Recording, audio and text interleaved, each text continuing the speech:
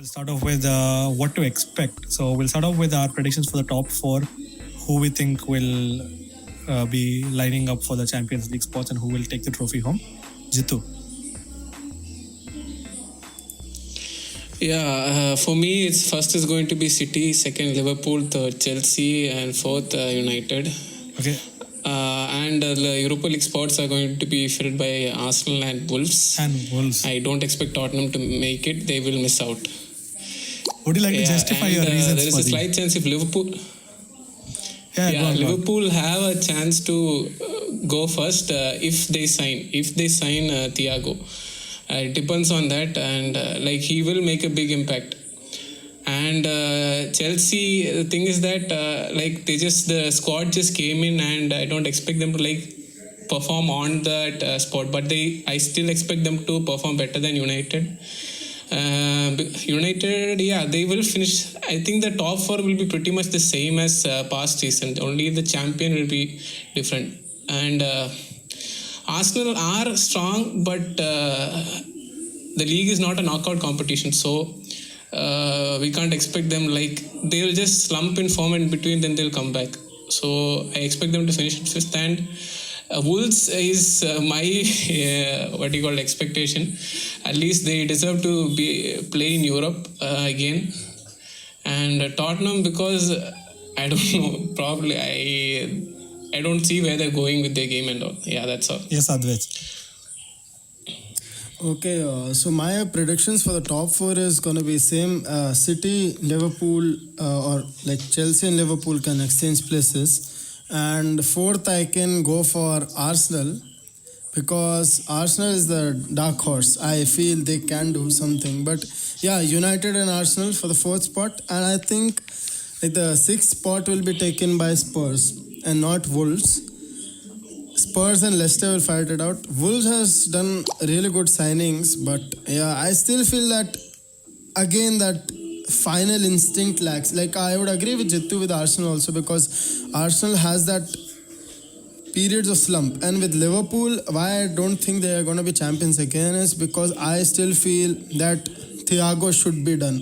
If Thiago is done and probably one more backup centre back, because Gomez, Van Dijk and Matip are the three guys they are relying on. So I think one more is needed.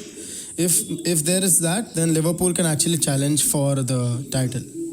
Okay, Advait, more interesting. The thing that stood out for me was, why did you say that Chelsea and Liverpool can exchange spots for two? Your reasoning behind that? Because I feel that City is gonna go clear this time. They're gonna go a 95-point season or something like that. But the thing is, what Chelsea can just do this season, they'll never win. Obviously, they'll never win because it's a new squad. Okay, really great signings. They'll take time to gel with each other. But I feel that Chelsea can go from that 63-point mark to that 80 mark. 80-85 mark. And I see Liverpool also finishing there this season. So that 80-85 is the thing. Chelsea can close the gap on Liverpool and City. So that's why I can see. But I feel the way Liverpool carried on after restart also, how they played the football, there is this hint of lapse that you see. They were the most perfect team as they started the season, and now there are little lapses there. So I little bit skeptical about Liverpool. That's why. Okay, so yeah, so controversial opinions there. Very interesting that both of you missed out Leicester. I know they had a slump in form post-lockdown, but I don't think they are that horrible that they won't even finish in the top six. Can you give me a reason why you don't see Leicester in the top six, either of you? I feel uninspired gameplay. Brendan Rodgers is, even if he's bringing signings right now, he lost Ben Chilwell, so he got Timothy Castagne from Atlanta. That's a really good club, but I still feel how they was playing, they don't have that killer instinct. Wolves has a better instinct than them right now. Wolves are just going they want to do that top four finish and all. Leicester suddenly is going down, and Vardy is an aging striker. Obviously, we can see that, and it even depends because they are very injury prone. James Madison was injured like half the season and he's expected to be injured even further. So that is one of the reasons I pulled out Leicester. And Spurs are making some good signings. They have new reinforcements. And Arsenal are making some amazing signings. That's why I feel they are going to make a bigger impact than Leicester. Yes, Jitu. I have the same opinion. Like they're not having like any inspiration. Like they're happy with fifth or they are happy with sixth. Like if you push higher only, you'll end up somewhere near there. So I see Wolves are having that ambition. Like they are pushing every season. They are improving. They're not going down actually. Last season they went one spot out. They got out of Europe, but in their gameplay itself, you can see that like they're trying harder. Yeah, that's but all. with regard to Wolves, Matt Doherty was a very good wingback for them and he made quite a few chances. With him out of the team, how do you think it might affect their attacking gameplay? That's what I'm saying, that Ruben Vinagre will have to come in the team as a starter. Ruben Vinagre is a young wing back. But yeah, exactly. So that's why I'm saying that Spurs now has a more advantage than Wolves. I would have placed Wolves at the 6th position, but now I'm positioning Spurs. Because Spurs had a very big wing back issue of Serge Aurier and all. So, and I feel Spurs is going to make at least one more signing. And if Arsenal makes Houssem Aouar from Lyon, that will be an amazing signing. Actually, I see Arsenal going really up this season to surprise everyone. Jitu, any opinions? I mean, I'm not sure about Arsenal, but let's hope they do best.